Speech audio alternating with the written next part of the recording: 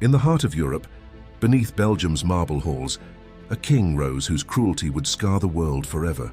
His name was Leopold II, ruler of Belgium, master of deception, and architect of one of the most brutal colonial regimes ever built. He was born in Brussels in 1835, the son of Leopold I, the first king of Belgium.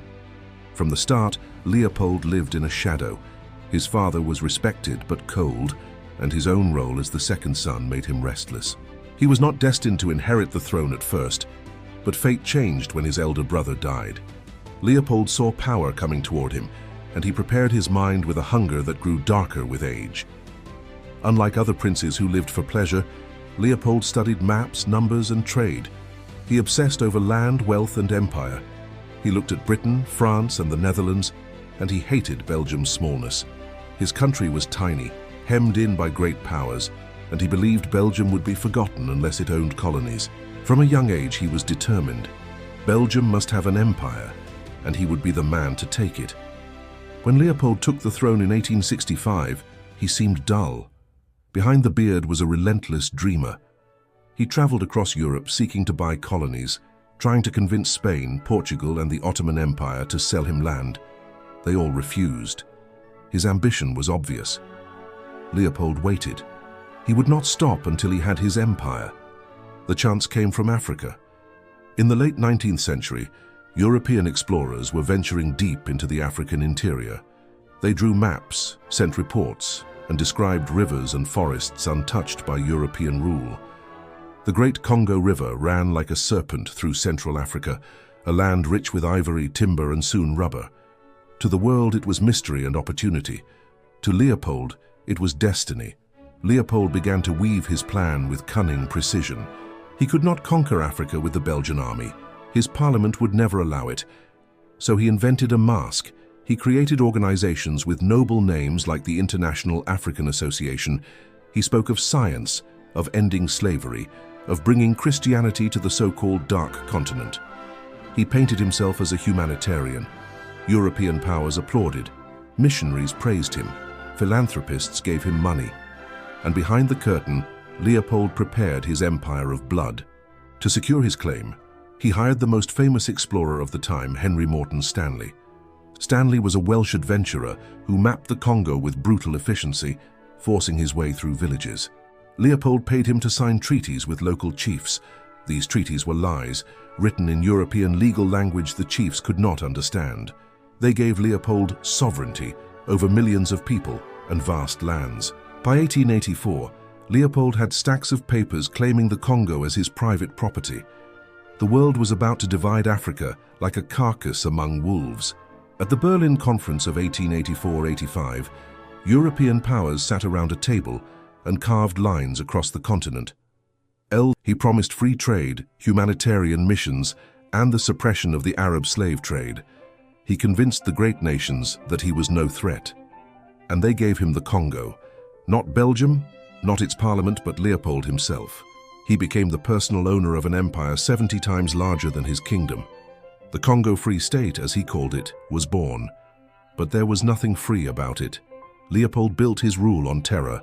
The Congo was rich with ivory and rubber, and the world was entering the industrial age. Cars, telegraphs, and machines demanded rubber, and Leopold's land had it in endless supply.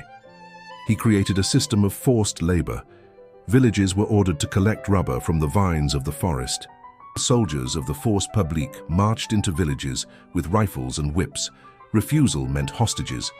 If quotas were not met, punishments were savage. Men were killed. Women were violated. Children were mutilated. One of the most infamous punishments was the severed hand. Soldiers were ordered to bring back the right hands of those they killed to prove they had not wasted bullets. But the system was corrupt. Hands were cut from the living to save ammunition, and baskets of severed hands became the currency of fear. Leopold never set foot in the Congo, but from his palace in Brussels he received endless riches. Ivory filled his halls. Rubber profits built monuments and a lavish palace in Laeken. To his people he looked like a successful king, but in Africa, villages burned and millions died. Estimates of the death toll in the Congo Free State are staggering. Between 1885 and 1908, As many as 10 million people perished from murder, starvation, disease, and despair. Entire regions were depopulated. Oral traditions in Congo still tell of the time when the White King's agents came and left nothing but silence. For years, the world looked away. European powers were too busy with their own empires, too willing to believe Leopold's lies. But slowly voices rose. Missionaries began writing letters. Reporters uncovered stories. The fiercest critic was E.D. Morel, a British clerk who saw ships bring back rubber and ivory and leave with guns and chains. Morel exposed the truth. The Congo was a slave state, hidden under Leopold's mask of civilization. Other witnesses followed. The Irish consul Roger Casement traveled through the Congo and wrote a report filled with horrors. Photographs of children with severed limbs were published by journalists. The scandal erupted. Global outrage followed. Leopold fought back with propaganda, hiring journalists, bribing politicians, spreading lies. But the truth was too powerful. By 1908, the outcry was unstoppable. Leopold was forced to hand the Congo over to the Belgian state. He fought until the end, demanding more money for his sacrifice, burning documents to hide the evidence. He tried to preserve his image as a humanitarian king, but the truth had already stained him forever. When he died in December 1909, crowds in Brussels cheered. They booed his funeral procession. His own people, who once admired him, despised the man who had built monuments at home on the bones of millions abroad. Today, his legacy is one of horror. In Congo, his memory is that of a tyrant who ruled from afar, but inflicted wounds that never healed. In Belgium, his statues stand contested, symbols of wealth bought with blood. Historians call his regime one of the greatest crimes of the 19th century, a genocide hidden behind the polished mask of a European king. Leopold II sought glory and empire. He gained them for a time. But history remembers him not as a great king, but as the butcher of Congo. The story of King Leopold is not just about one man. It is about greed dressed as progress, cruelty hidden behind civilization, and the cost of empire when power is unchecked. His name reminds the world that even polished crowns can drip with blood, and that the pursuit of power, when blinded by ambition, can destroy nations and generations. The Congo Free State is gone, but the scars remain. They whisper of villages burned, families broken, hands mutilated, lives stolen. They whisper of a king who built his dream on lies, and whose empire was a graveyard.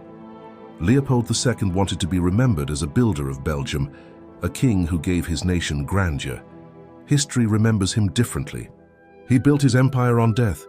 His story ends in shame, a warning written in blood across Africa. Stick around and subscribe.